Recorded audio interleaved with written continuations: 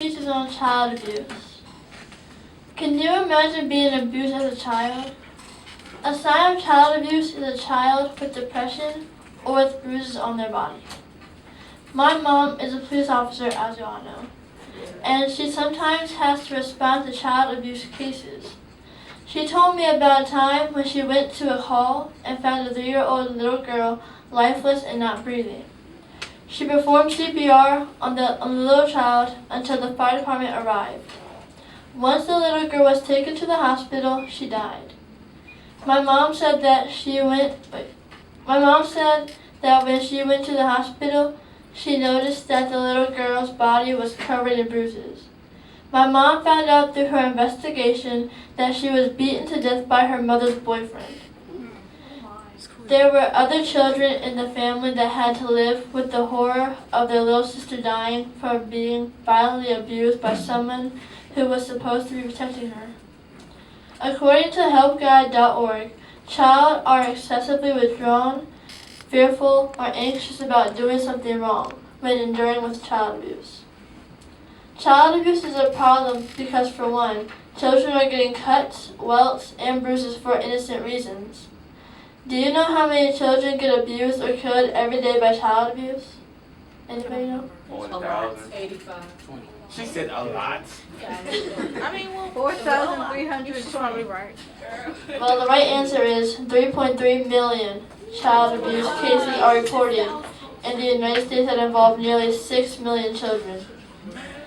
This is a big issue because children are going to do things that are wrong, but abusing them is not the right way to teach them right from wrong. According to national statistics, approximately 80% of children that die from child abuse are under the age of 4. Some victims of child abuse usually grow up to abuse their own children or spouses. Spouses. There are a lot of solutions to child abuse. One solution is to help develop parent resources at your local library or promote programs in school. You can just be a nurturing parent.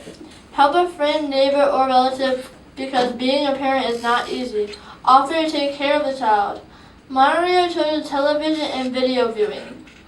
You can also report suspected abuse or neglect. You can find this information on www.preventchildabuse.org.